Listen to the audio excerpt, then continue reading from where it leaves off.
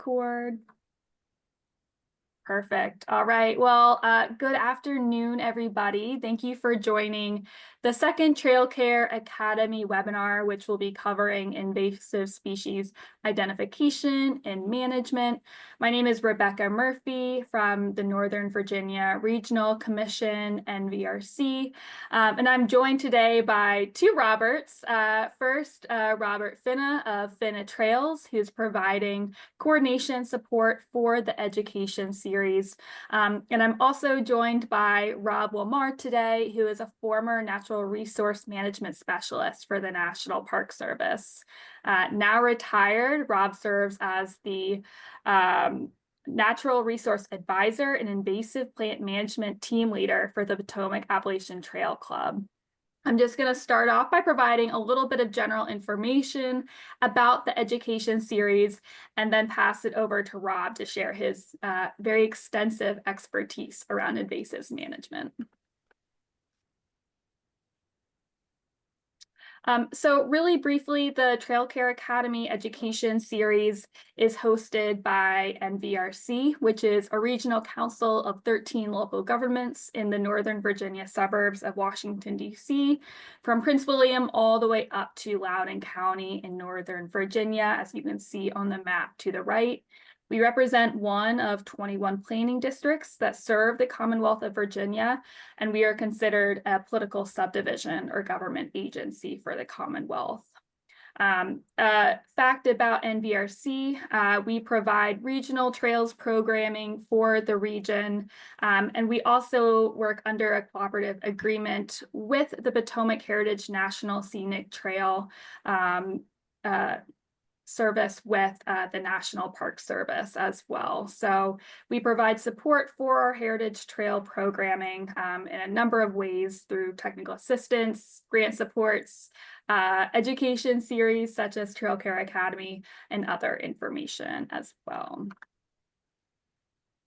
And just to provide a little bit of additional background on the 2025 Trail Care Academy program, if you're unfamiliar, this is a new education series that aims to help Northern Virginia's parks and trail managers to better plan for and implement trail maintenance projects, promotes more sustainable trail use, and foster a stronger culture of stewardship within our communities in Northern Virginia. So this year, the series is consisting of a number of different webinar events, such as the one today, and we'll also have several in-person workshops and other training events covering a range of topics such as funding, volunteer management, invasive plant removals, trail sustainability, and other topics.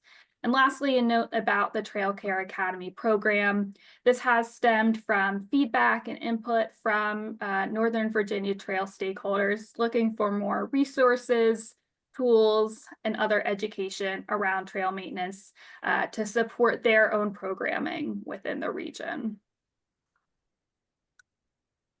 And then just some upcoming events that I did want to share. So we have our Maintenance Funding 101 webinar coming at the end of July. Registration over Zoom will be opening up shortly.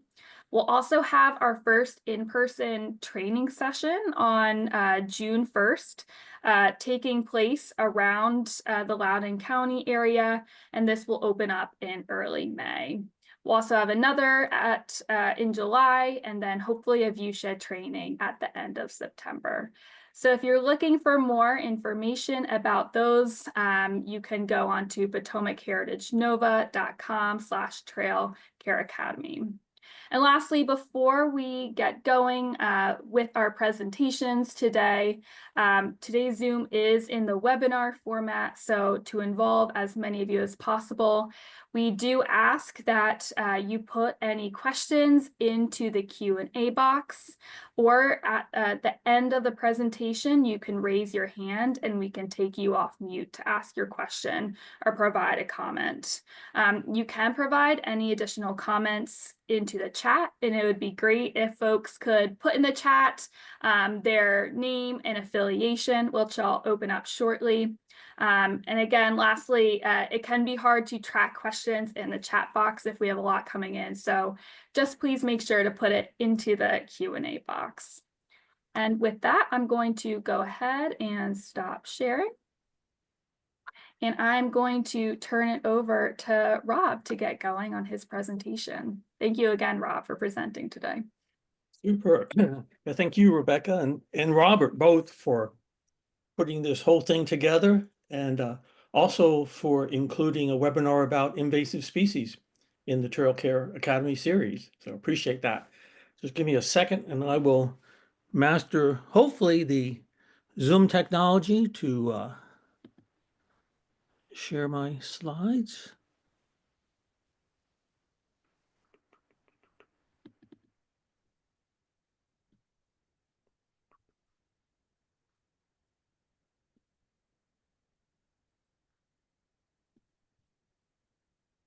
Oops.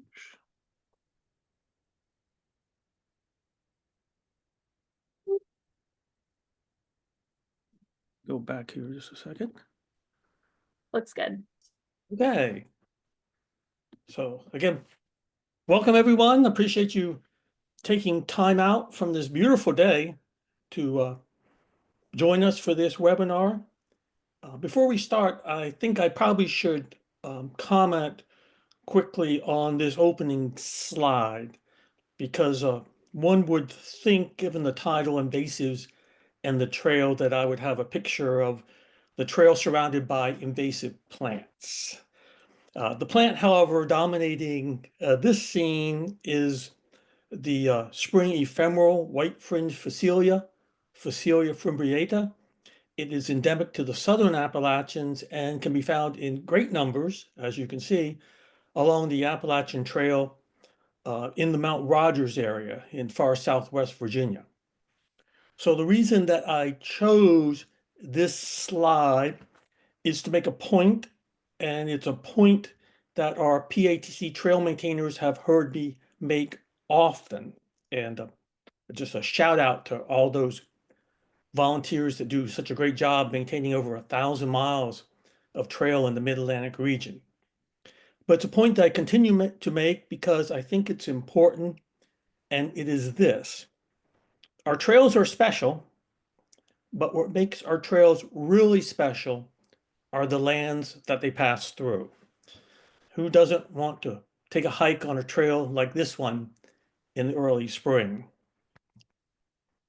One of the primary reasons that our trail users are on our trails is to explore and to study, gain a greater appreciation for nature.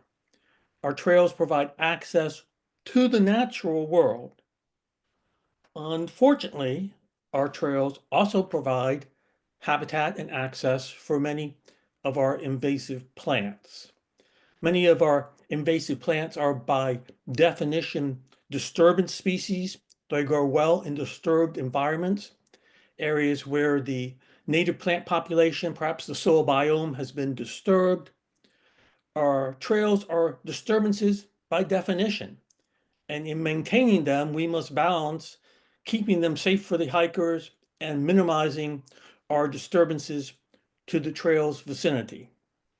Problematic invasives typically share several characteristics. They're fast growers. They have high reproductive rates, often through huge productions of seed or vegetative means, or often both. And they do well in higher light environments that these disturbances create. So the result is that many of our trails are lined with more than their share of invasive plants. Many of these invasives can actually cause more trail maintenance headaches than a trail through a, say, mature native forest would. And our appreciation for nature is tested when we're looking at a continuous thicket of honeysuckles or oriental bittersweet multiflora rose, et cetera, et cetera. Additionally, our trails provide a disturbance vector. allowing these invasives to spread into other areas deeper into the forest.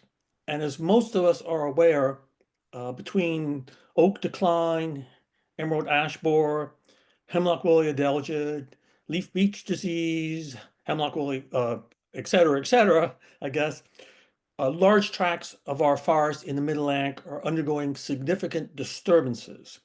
These areas are quite susceptible to the establishment of invasive plants. So here's an outline for what we hope to talk about during this webinar. We'll start with a little bit of information about why we should care about invasives, the impact of invasives on our native landscapes. And I recognize that I might be talking at least to some members of the choir as far as this subject is concerned. Then we'll mention a few of the common invasives that we can find in our area. This will in no way be a comprehensive list, A, because we don't have enough time, and B, because there are other ways, both in your local area and through electronic apps in the field, to familiarize yourself with the problematic invasives that exist in your particular area. Hopefully, though, by discussing some of the common invasives, you'll gain a greater appreciation for some of the issues that we face trying to lessen their impact. And then finally, we'll talk about invasive management, the what, where, who, and how of invasive management. Judging from the last webinar in this series, there was a host of different groups attending, some trail professionals, some land management staff, and volunteers as well. And it's great to see a diversity of people at these webinars.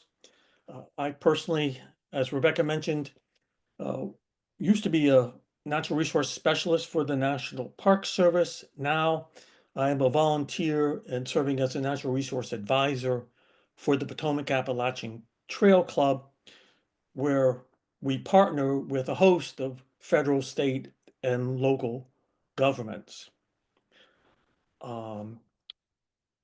It may be also occasionally during this webinar that I mentioned the PATC's efforts in invasive control, and that's not because we have all the answers. I want to make that clear right now.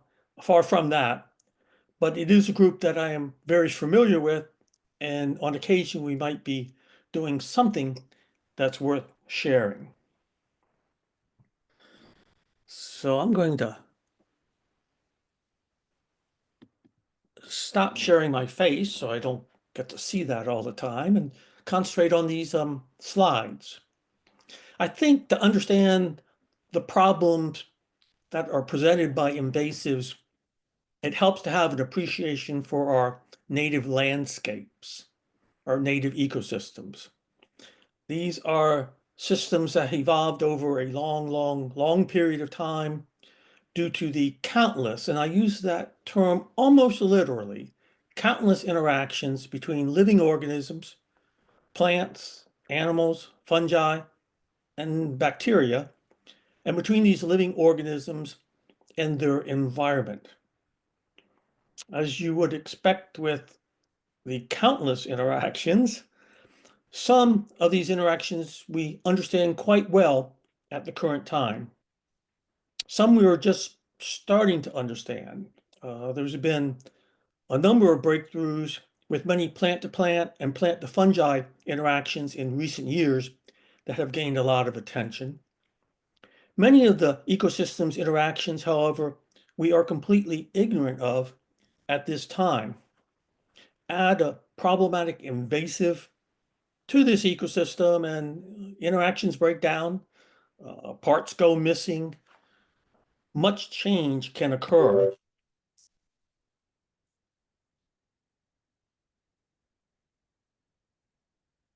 Changes that can occur to many components of the ecosystem, changes to the animals, to the plants, to the fungi, to the bacteria, to the soils, to the water, to CO2 levels in our atmosphere.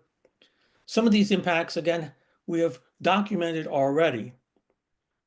But because we are not even aware of many of an ecosystem's interactions at this time, we're faced with a situation where we're actually losing parts and interactions before we know that they exist.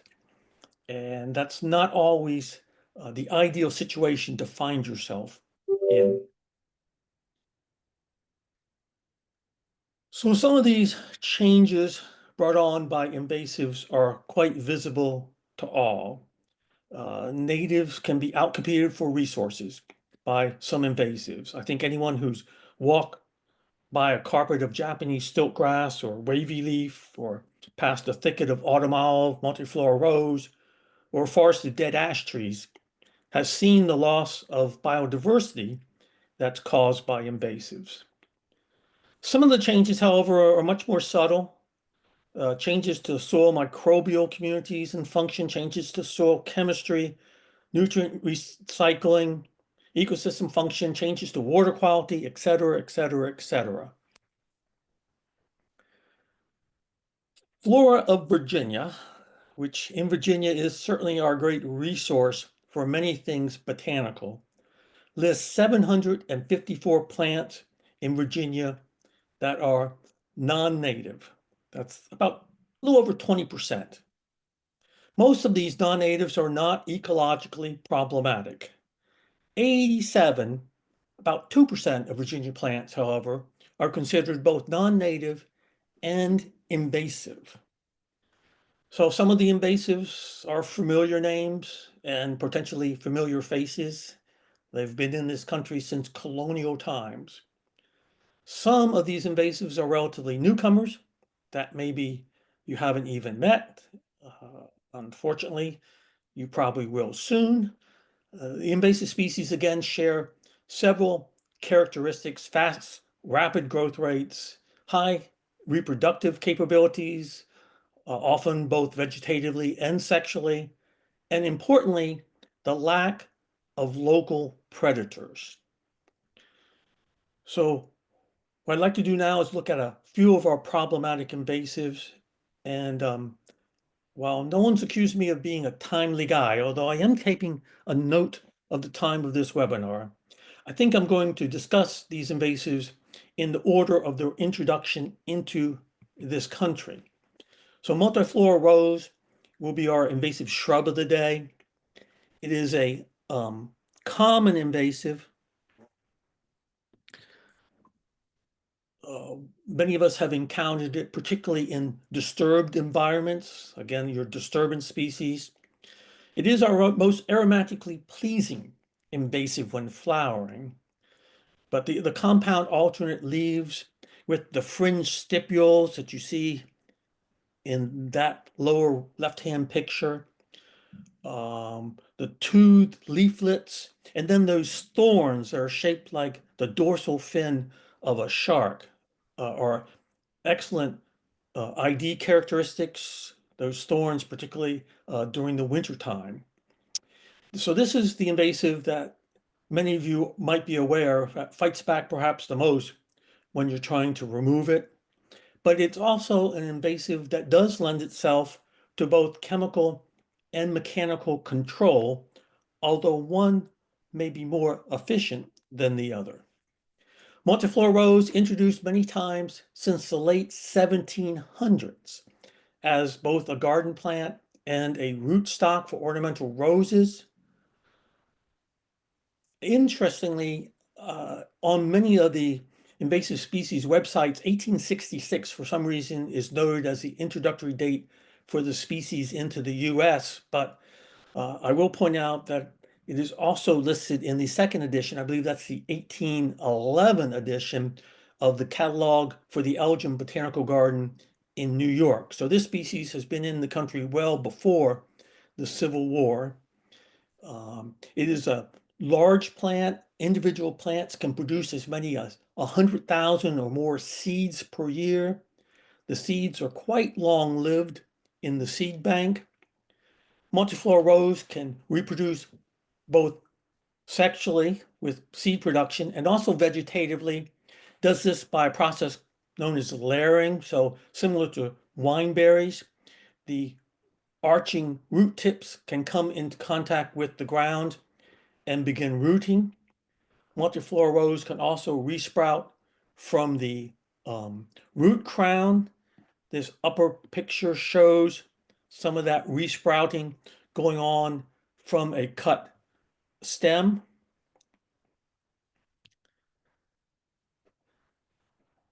Resprouting from that root is quite rapid.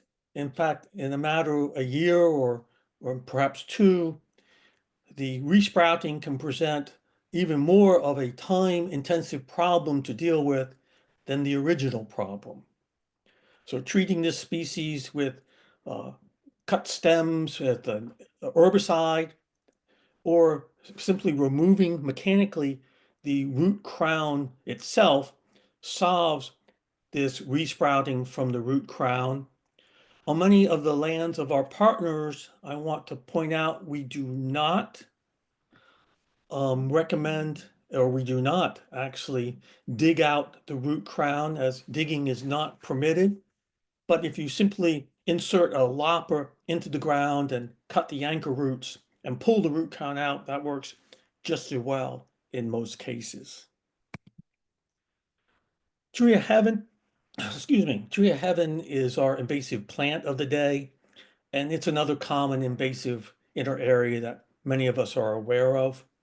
Compound leaves consisting of many leaflets, 20 or more, each leaflet with a smooth leaf margin except for that characteristic notch toward the base of the leaf.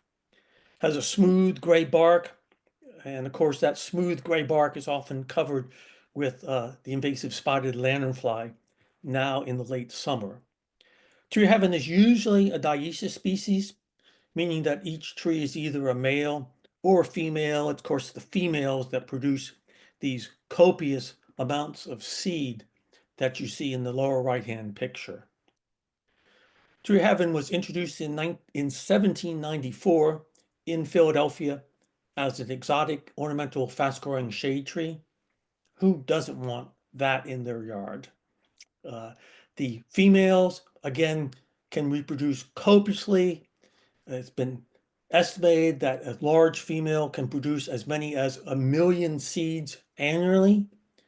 It can also reproduce by root sprouting. Ailanthus has a deep taproot, but it also has an extensive system of shallow lateral roots running close to the ground.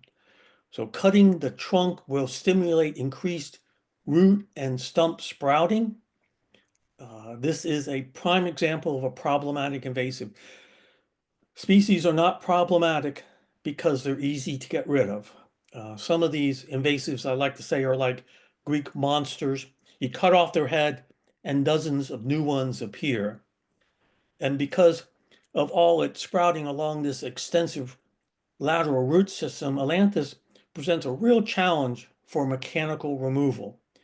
It's nice to have multiple tools in the toolbox, as we'll talk about later, for combating some of these species.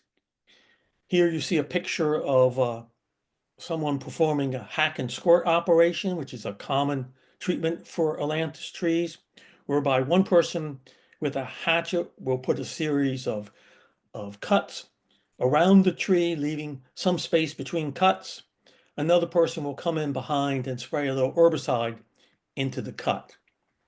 Again, as I've mentioned, ailanthus is a primary host for the spotted lanternfly. Oriental bittersweet is going to be our poster child invasive vine today, sometimes with roundish toothed leaves and sometimes with toothed leaves that have a tipped point. Just like us, Homo sapiens, plants of the same species can often show quite a lot of variability among individuals. Has a smoothish, whitish bark that does develop brown and gray striations as it grows larger and older. Unlike many of our native vines, bittersweet lacks tendrils, so it grows by vigorously wrapping itself around the trunk of the tree, as you can see from that one picture. Over time, this will strangle the tree. Bittersweet's another dioecious species, so it is the female plants that produce the characteristic red berries in the fall that do remain on the plant throughout much of the wintertime as well. Bittersweet was introduced into this country a little bit later than the other two during the Civil War era. It does reproduce by seed and by root sprouting. It is an aggressive sprouter. Large bittersweet vines, like the ailanthus, can have an extensive lateral root system running just beneath the ground. It is an aggressive sprouter from these lateral roots, as well as from the cut stem itself. So this is another Greek monster of an invasive that presents a mechanical removal challenge. The seeds have a high germination rate and also a low light requirement. This is not quite your typical disturbance species. It is found frequently in the high light environments around the trail, but it is also found deeper into the woods as well.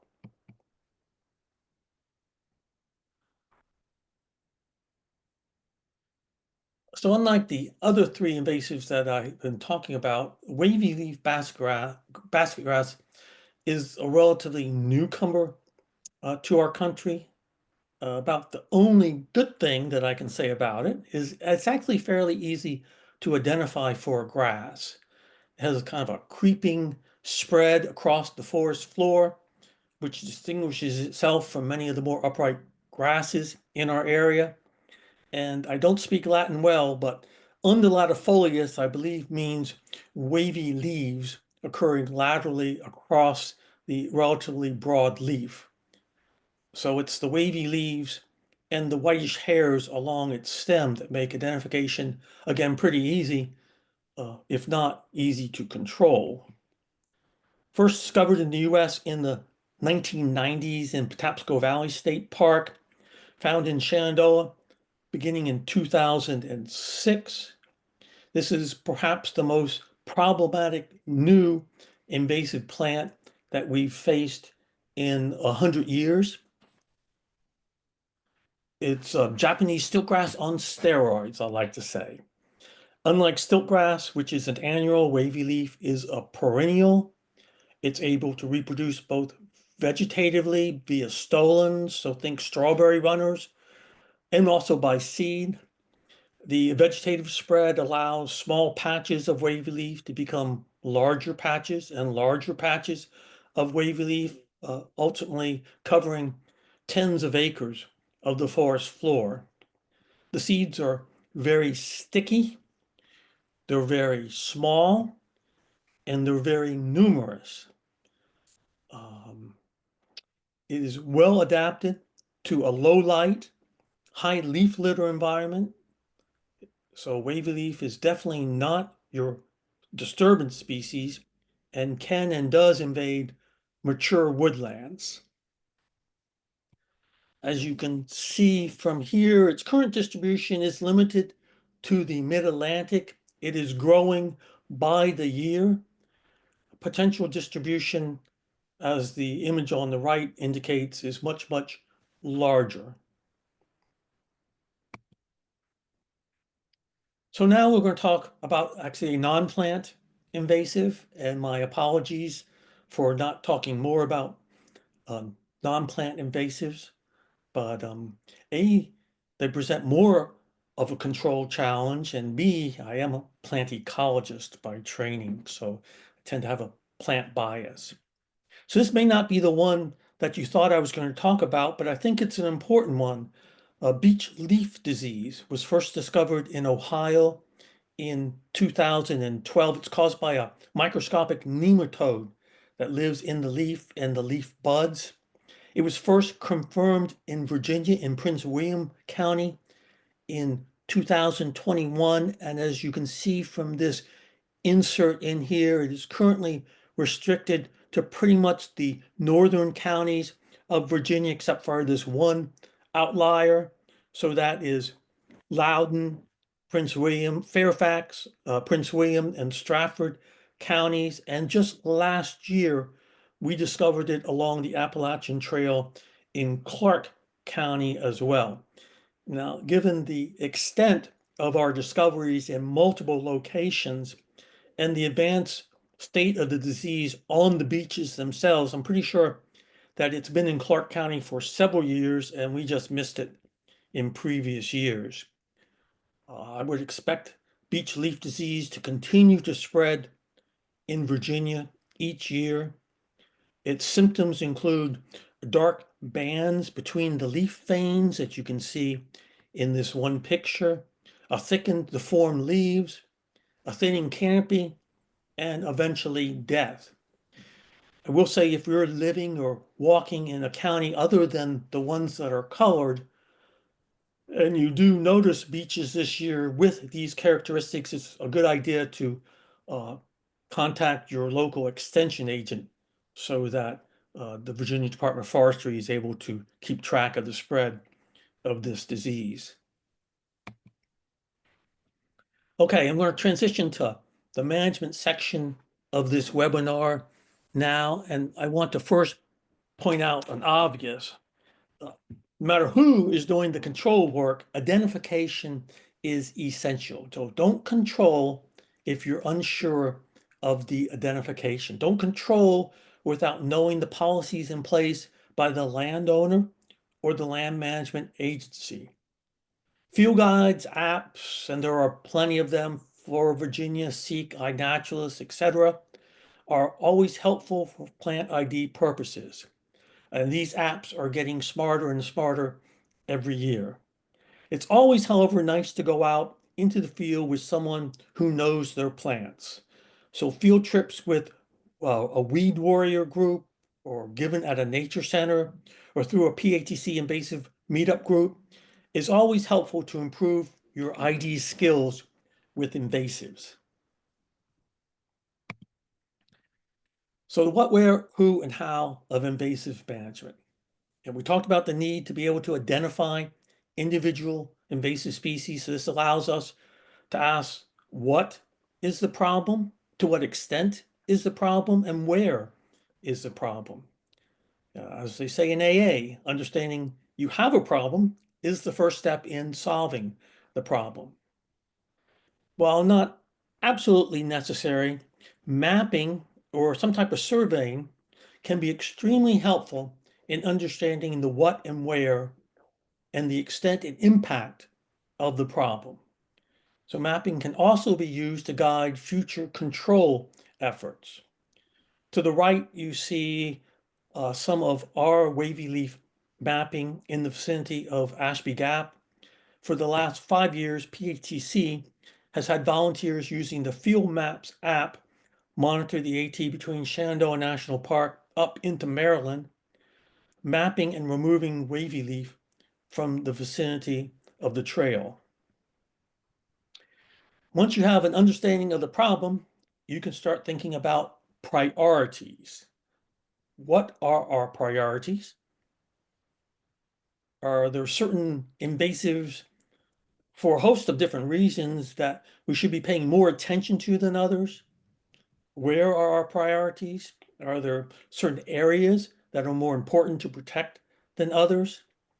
I think many of us would like to do it all, get rid of all these invasives everywhere.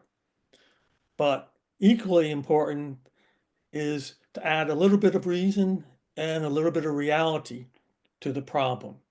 Priority setting is an important part of invasive management.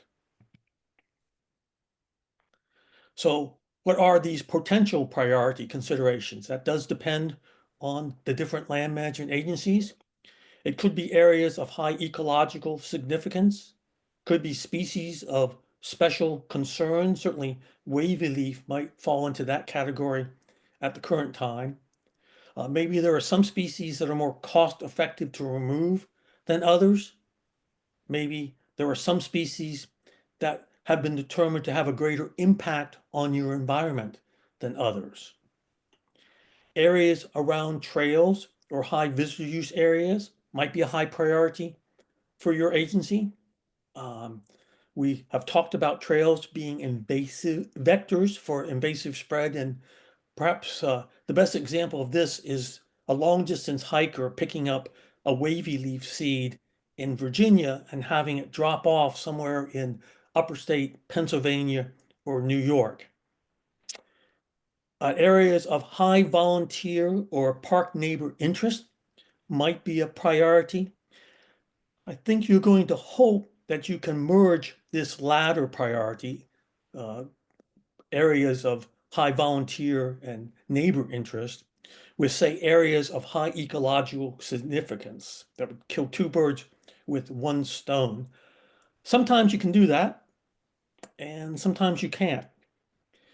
Often, however, by investing some resources, encouraging volunteers or neighbors' interest, you can reap long-term results that are well worth the investment. Engage a volunteer or neighbor initially in an area of their interest may lead to a greater and expanded role and region for this person later down the line. So who will manage invasives? Well, getting 4 stars, here is the land management staff. I mean, I think that they are essential for their guidance administration and for their support roles in at least. They bring an important understanding of an organization's objectives and priorities and capabilities. Ideally, land management staff is also present in the field as well. If you're lucky, land management staff can bring a tremendous amount of expertise and equipment with them to the field. The PATC works with over 40 land management partners at the local, state, and federal level. And from this sample, I will say that staffing varies tremendously, from a host of state certified natural resource employees to 0. Obviously, when staff is limited, or even when you have trained employees, it's always nice to have other options. So one option might be a contractor. These are trained professionals. They bring potentially a higher level of equipment and expertise. So if you need a forest mulcher, if you need a skid sprayer with a 200-gallon tank and 600 feet of hose, a contractor might be your best option. Contractors are expensive, so a small spray crew may cost several $1,000s per day. That leads us to the next group, which are volunteers. Volunteers are inexpensive. They can be enthusiastic.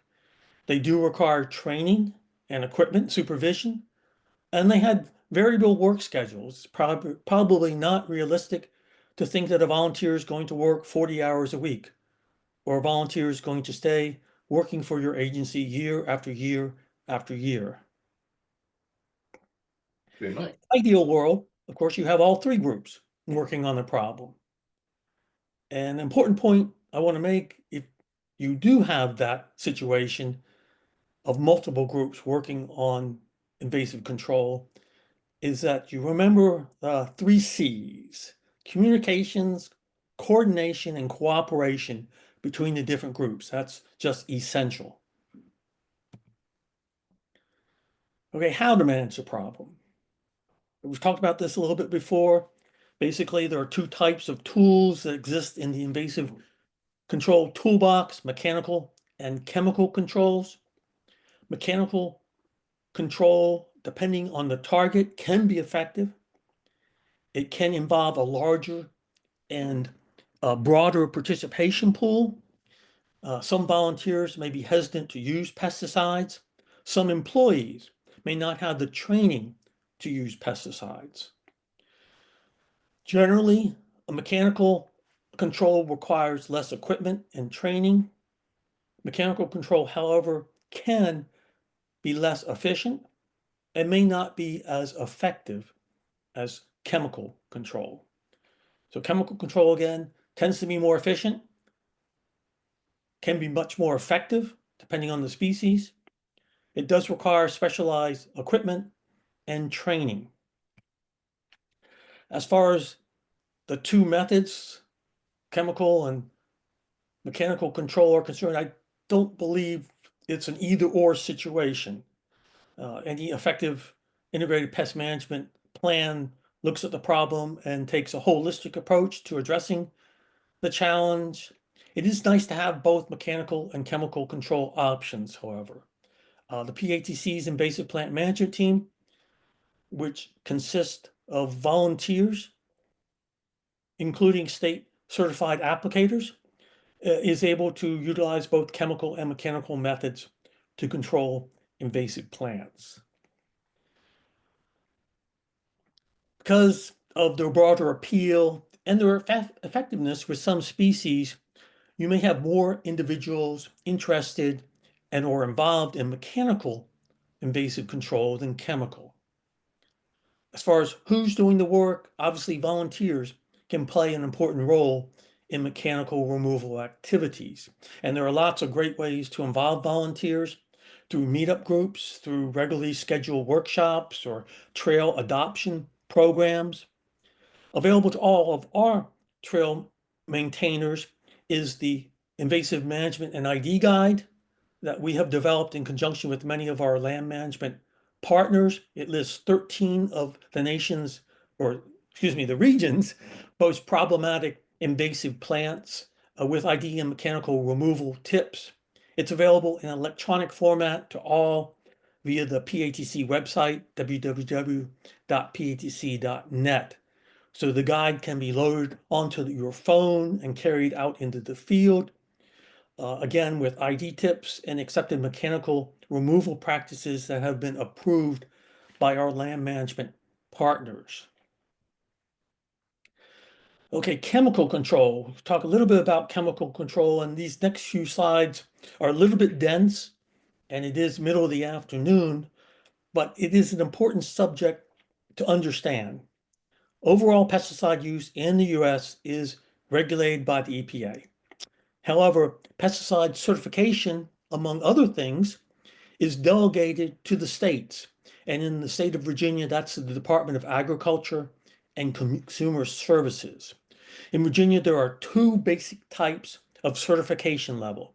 A commercial applicator, someone who can apply pesticides and supervise registered technicians and non-certified forest applicators who can be volunteers.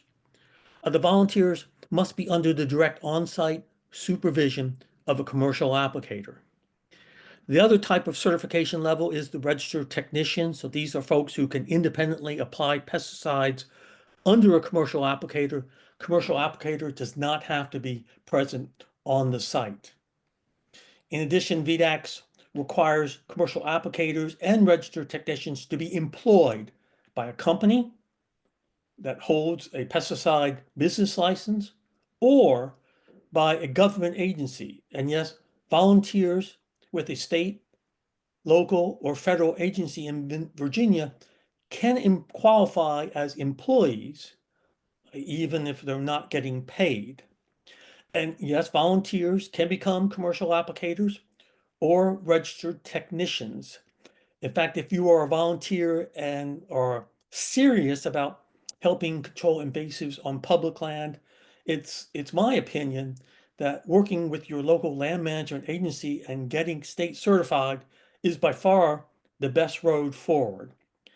And if you are the staff of a land management agency and you have a volunteer who wants to get state certified and makes a time commitment to your agency, then you should jump at that opportunity. I think if you don't, some nearby agency will. If anyone is interested in learning more about state certification, VDAX has a very helpful website, which I believe Mr. Google would be able to direct you to. So while I do think that state certification takes a volunteer's commitment and value to a much higher level, also know that in 2024, Virginia passed a new state law regarding volunteers applying pesticides on local, political, subdivision lands. Now, I'm not going to read the whole law, but some important points are that under the new law, volunteers can use herbicides under direct supervision of a commercial applicator. And here's the different part, who does not need to be on site. So in this case, direct supervision is defined as under the instructions and control of a certified applicator who is responsible for the actions of that person. Again, though, the commercial applicator does not need to be on site. So that's a big change from the previous law when it was under the direct on-site supervision of a commercial applicator, meaning that the commercial applicator needed to be physically present on the property upon which the pesticide was being applied. In addition, uh, in the new law, volunteers must receive instruction before applying herbicides by a commercial applicator, instruction on herbicide risk, proper use of equipment, proper use of PPE, information to prevent adverse effects on the environment, and other information relevant to herbicides being utilized. I want to emphasize a couple things. One is that this new law applies only to local political subdivisions. So that's defined as counties, towns, and cities in Virginia, but not state or federal land. And it applies only to local governments who elect to proceed with the use of volunteers. So I know that some counties are working on this, and I admit I'm not extremely current on this issue. So if anyone does know of local government that has adopted such a program and is already using volunteers, maybe they can put that in the chat so that others can see. So besides state certification laws, each land management agency may want to have specific requirements, and I would recommend they do have specific requirements for pesticide use. Some of these requirements may vary between agencies, and they depend on who is using or who is doing the work. Things like spill avoidance response plans, job hazard analysis, pesticide use proposals detailing what is being applied, where it's being applied, what is being applied on, what environmental considerations are being taken. There could be storage and transport plans, treatment maps, pesticide logs. Indeed, all commercial applicators and folks operating under commercial applicators are required by the state of Virginia to keep daily pesticide logs of their pesticide use. If you're an agency working with another group to manage invasives on your land, you may want to develop a memorandum of understanding or a volunteer pesticide agreement with that other group to clarify the roles of each of the groups who's working on the invasive problem. Okay, so I definitely don't have all the answers, and our PATC group certainly has many limitations, but it is a group that I'm familiar with, and so I'm going to use that as an example of a volunteer group that could be part of the solution. So, and I want to emphasize part of the solution. Our team is just so fortunate that we can coordinate our efforts with the efforts of MPS field personnel and contractors. Our team currently consists of dozens and dozens of volunteers and multiple commercial applicators and registered technicians certified in Virginia and in some cases in West Virginia as well. We partner with a variety of agencies, many more numerous than can be listed, but these include Shenandoah National Park, the National Park Service's Appalachian Trail Office, Appalachian Trail Conservancy, Virginia Department of Wildlife Resources, Department of Forestry, West Virginia Department of Natural Resources, again, the invasive plant management teams from the Mid-Atlantic and National Capital regions of the National Park Service, and many, many others. In 2024, our team completed 117 spray days on either PATC land or the land of one of our partners. And for 2024 calendar year, PATC volunteers reported a little over 5,000 hours of both track and trail work trips that included invasive species control. Many of these hours, again, mechanical control. We are extremely fortunate to have a group of motivated and skilled volunteers. So finally, and again, I don't have all the answers, but there's one thing that I have learned about when talking about a problematic and challenging topic. And that's always ended on an uplifting note. And so if I may paraphrase John Muir, in every walk with nature or work in and for nature, one receives far more than he seeks. I've always found this to be true, both in my professional and volunteer life, and I hope that you do as well. So with that, I'm going to quit talking, and I think Robert actually has some really good information for us concerning where to go for more information about invasive identification. And so I'm going to turn it over to him. Afterwards, I think we're going to have some time for questions. And if there's something that pops into your mind later on, here's my contact information. I'm always happy to help if I can. So with that, I'm going to stop sharing my screen and turn it over to Robert.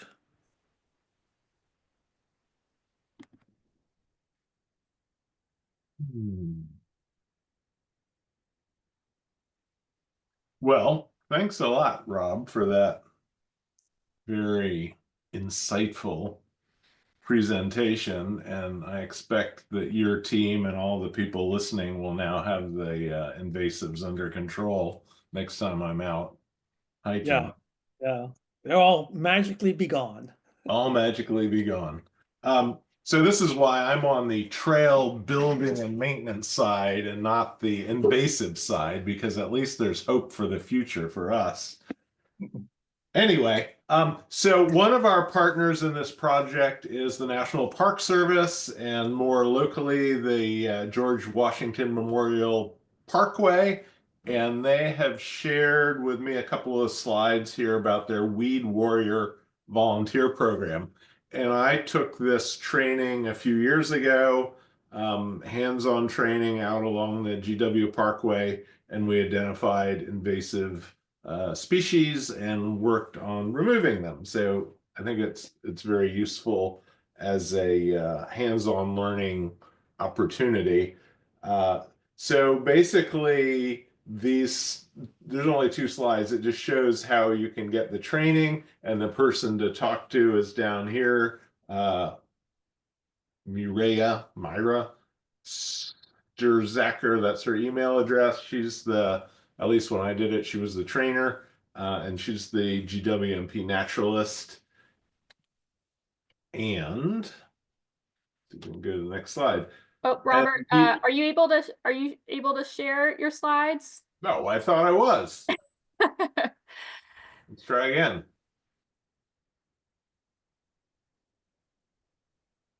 Can you see it now? I Not yet. don't. Oh, Now made you're a starting. mistake. Yep, we see There you it. go. Perfect. All right, so back to the beginning. So the email address is down here, the bottom. If you're interested in signing up for Weed Warrior training, and then we have another. This is just a list of other resources that you can consult for more information that's specific to our region. So those are websites that you can access. And I'll just leave that up for a minute. And that's basically all I have to say, other than thanks, Rob, for your presentation and all the work that I know you do for PATC and the Park Service. And I Yes, will turn perfect. it over to you, Rebecca. Great. Yeah, thank you for sharing all of this information, Rob and Robert. We'll be sure to put the recording of this webinar on our PHNST dashboard following the events, and we will also share Rob's slides for today. We do have a few questions that are starting to stream in, so we can go ahead and get going with those. Again, please put those into the Q&A box, and then after we get through the Q&A, I'll look through the chat in case anybody put any questions in there. But the first question that we received, any suggestions for how to systematically learn invasive plant ID? So you mentioned some apps that might be useful, but any books, classes, any other tips, in addition to the training that Robert also just shared too? Yeah, the weed war, it depends on your area and how far, obviously you're looking for something that's local. Weed Warriors, if you're in the Northern Virginia area, might be a great group to become engaged with. Um, you know, you're fortunate in that there are thousands of species of plants in Virginia, but there's only multiple dozens that are problematic invasives. And so learning the problematic invasives, you don't have a huge learning curve as far as that's concerned. So I would think that between the apps and between engaging with a group that's currently doing invasive removal, be it the PATC or the Weed Warrior group, or again some other agencies, that would probably be the best way. Thank you. The next question, do you remove all invasives or leave them on site? So we have priorities. You can't remove them all, and so we do have a priority. So we focus in on areas of high ecological significance as identified by the National Park Service and the Virginia Natural Heritage Program. We concentrate in on invasives of particular concern, such as wavy leaf basket grass. And so no, we don't remove them all. Rob, I think maybe the question was, do you haul them out, Yeah.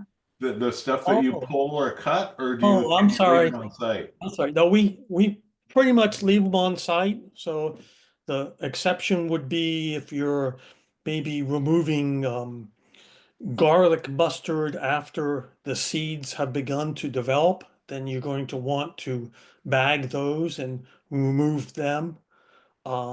Much of our work is done miles and miles from trailheads, and so that is a consideration that we have. Um, but we do not haul most of the invasives out at all. Leave them on site. Thank you. Next question, do you maintain a list of contractors who undertake invasive removals, or is there any resources online where to find Yeah, contractors? that's a great question. And we have found that this is there is a quite limited supply of contractors that do invasive removal, particularly invasive removal on natural lands. We don't provide or we don't maintain a listing, but I believe a couple groups might, and one would be a Blue Ridge Prism, which you can find online, their website online, and they have been gathering information about contractors in Virginia. And the second would be the Department of Forestry, and they also have been compiling a list of contractors in Virginia. So I would send people to those two groups, and particularly probably starting with Blue Ridge Prism, to see if they have a list of contractors. There are both national, regional, and local contractors, so that's a consideration also. And so, yeah. Thank you. Yeah, and looks like a couple of us have put in their link in the chat as well if you want to learn more there. Oh, super. Perfect. Super. It looks like our next question is from Debbie of NVRC. From a chemical standpoint, any thoughts on using other materials such as vinegar or less toxic options? I think in terms of, pesticides, etc. Yeah, we don't. Vinegar, you can use vinegar. Its acidity will cause some of the above ground portion of a plant to burn off. It's not going to be translocated into the roots, so it's not going to kill a plant, but it will. Same thing as, I guess, weed eating the plant is concerned. It will get rid of the above ground portion. Got to use a lot of vinegar, pretty high concentrations. So we don't. And I recognize that some people tend to stay away from herbicides. Our herbicide use is always um, within the integrated pest management solution um, system, and it is always extremely targeted. So it's not like we're um, doing intensive amounts of spraying into the air of these herbicides, but they tend to be extremely effective. And as far as their effectiveness versus vinegar, herbicides are much, much more effective at killing the plant than some other biocontrols would be, or vinegars type thing. Thank you. Looks like that's all the questions in the Q&A box. Folks can continue to put those in there. I moved over to the chat where it looks like we have a few additional things. You mentioned a PATC field guide identifying 13 invasive species. Where can I find that? On our website, I will admit that you have to navigate our website a little bit toward the "Who Are We" land conservation fields. If you go to the PATC website, www.patc.net, and you can't find the invasive field guide, again, I have I had my contact information, and I can put it in the chat Oh, too. looks like Spring added that to there. So thank you for putting that link in the chat, making it easier for us. Super, super. That's excellent. We got another question in the Q&A, which is interesting. Just out of curiosity, do these plants have similar negative impacts in their native ranges? For example, does Oriental bittersweet also strangle trees where might be considered native? Yeah, that's a great question, and of course it does vary a little bit between species, but uh, for the most part, these invasives do not have the impact on as large an impact on their native environments as they do in these novel environments, and a lot of that is due to, again, the lack of local predators. Um, and the checks and balances that exist even at a microbial level with some of these invasives. Um, so no, typically they do not have the impact on the native environment that they do in novel environments. And I will add that, some of our natives in Europe and Asia have a greater impact on their environments than they do in our environment over here as well, for the same reasons. Do you have any examples of that, just out of curiosity of what's made its way over there? For instance, in Asia, where they do find them to be invasive? Oh, they have a lot of rhododendron issues Okay. in Yeah, in Europe, and and and of course, yeah. So great. Oh, somebody mentioned Virginia creeper in Europe. Yeah, I could see that for sure. Looks like we don't have any more questions. We'll keep it I think open there for was one another. about goats. Ah, yes, thank you. Debbie from NVRC asked, can you talk about goats used for invasives? We actually just saw an article in the Bay Journal about how they were implementing them. I think it was in the town of Leesburg as a pilot program. So have you seen that work in Northern Virginia or other areas of the Commonwealth? And maybe your just general thoughts on using other animals to help control them. Yeah. So, it depends on the goal, the individual goal and the area that you're planning to manipulate. I know when I was with the National Park Service a long time ago, we did use goats to manipulate a historic landscape. And we found that the goats eat what they like to eat. And what they don't like to eat, they don't eat. So I imagine that goats are going to eat more than invasive plants. So they will have a greater impact than just on invasives. That may be okay in your area, but understand that there will be collateral damage with the goats. Of course, then you have the issue of confining the goats to a certain area, which can be, really problematic as far as if you're in a more wilderness type setting. Um, so will goats eat invasive, some invasives? Yes, I've seen two white goats up on the Appalachian Trail in Pennsylvania munching down on Japanese stilt grass, actually. Wow.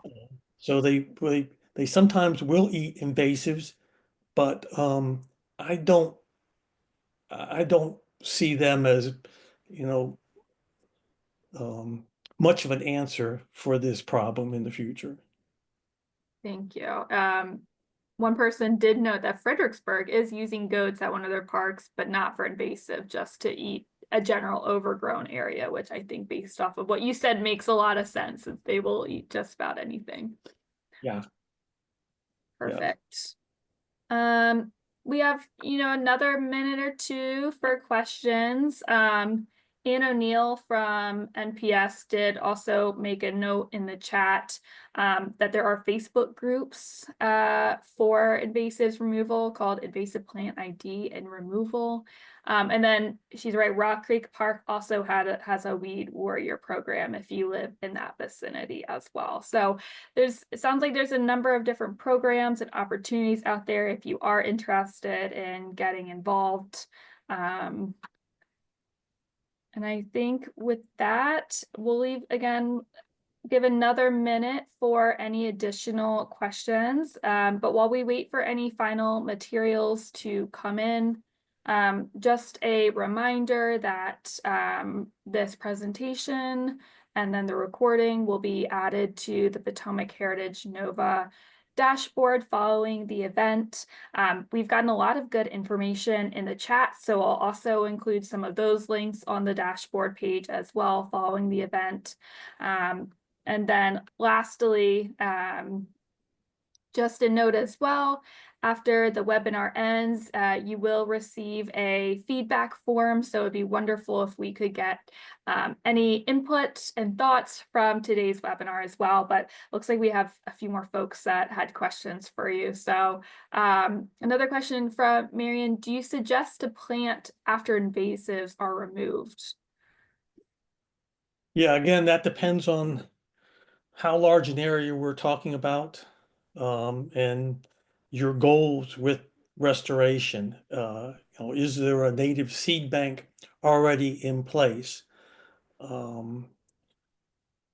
For our work on the Appalachian Trail lands, we don't do any replanting. On PHC lands, we do an occasional and a very minor uh, replanting. We have some restoration projects where we are doing replanting. Replanting can be very expensive, and requires a lot of effort and upkeep. sometimes.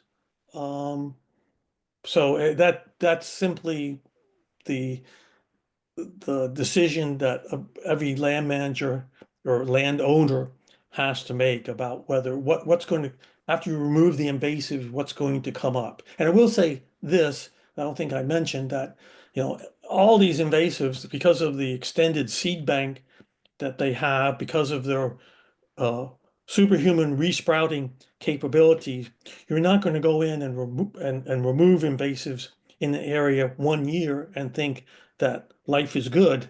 They will require multiple visits over multiple years to have the problem under control.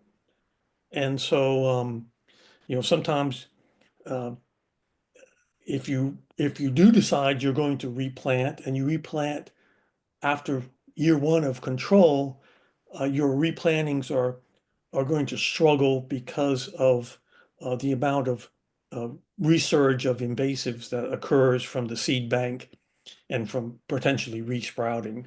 So you definitely want to make sure you have the invasives under control before you even consider replanting. And by that time, you're probably looking around and you're probably seeing what is coming up. And if, again, you have a native seed bank and natives are coming into this area naturally, then that would alleviate you having to spend the money and the time to replant. Great, thank you. Received another question in the Q&A. Have you ever used solarization for control of invasives? I'm sorry, have I ever used what? Solarization. So like, Oh, so all of our work involves large land masses. So no. If you're an individual landowner and you have a small tract of land, that could be a possibility, but Can you explain what it is? I think they're talking about covering up the the ground. Solarization, did you say? Mm-hmm. I Yeah, think they're talking about covering up the ground yeah, to prevent light from reaching the plants. So, and that will can be effective again, depending on the time of year and the type of plant and the root stock that's present. It can be more effective in some cases than others. yeah. I was about to say, I think the only time I've ever seen that is in pretty small areas, and that's if anything with like a tarp. And Right. again, we only have so much space for that. I mean, if a tarp's 40 by 40, that's a pretty big tarp.